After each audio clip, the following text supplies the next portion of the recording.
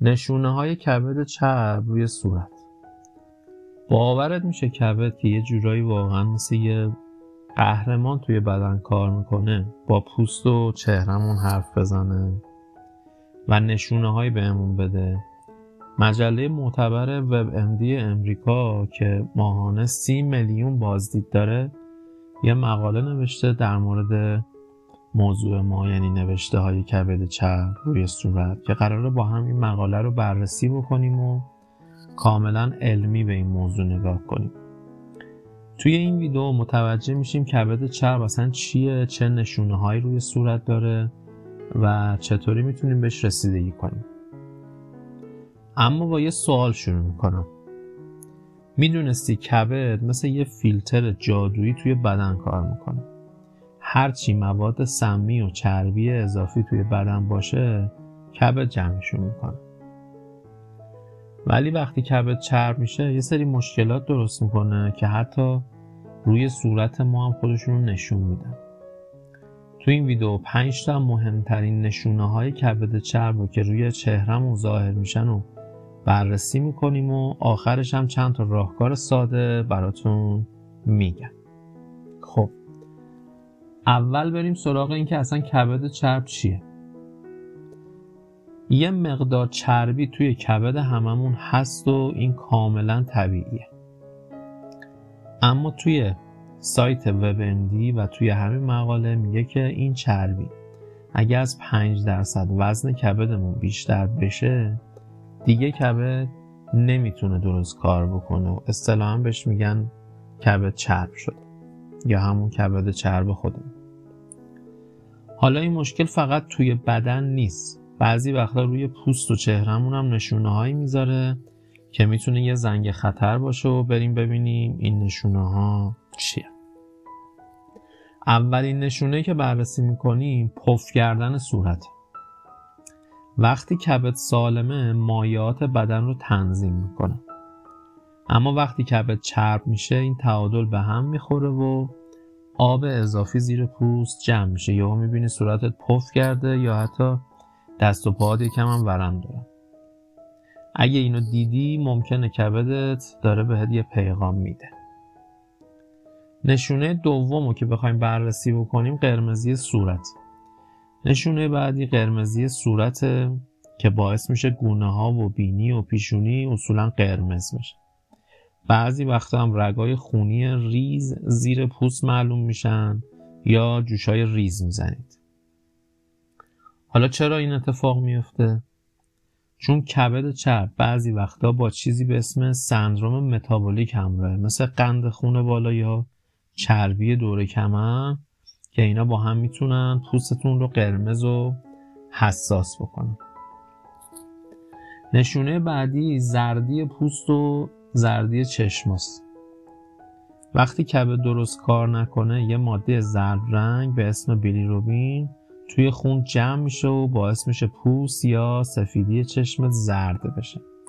البته این معمولا توی مرحله‌های شدیدتر کبد چرب دیده میشه، ولی یادتون باشه اگه اینو دیدید حتما باید جدیش بگیرید چون خیلی مهمه.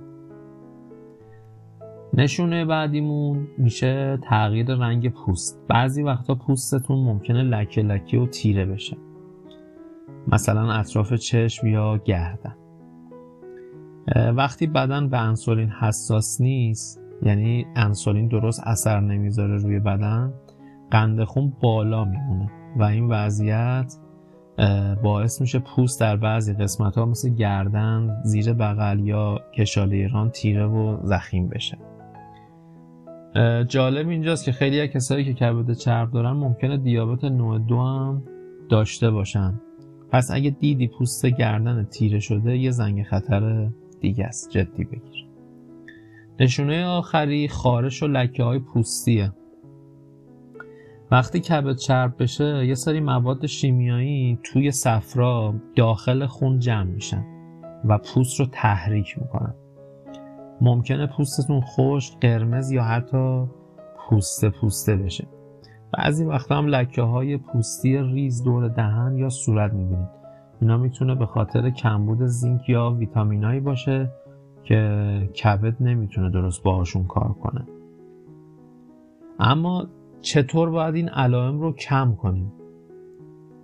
حالا که این نشونه ها رو شناختیم چیکار میتونیم براشون انجام بدیم؟ کلید اصلی اینه که باید کبد رو دوباره سالم کنیم. حالا باید چیکار بکنیم؟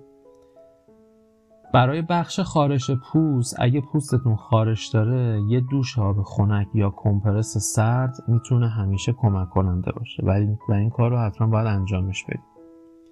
یه سری دارو هم تجویز میشه ولی من معرفیش نمی کنم و با دکترتون حتما راجع به این قضیه صحبت کنید.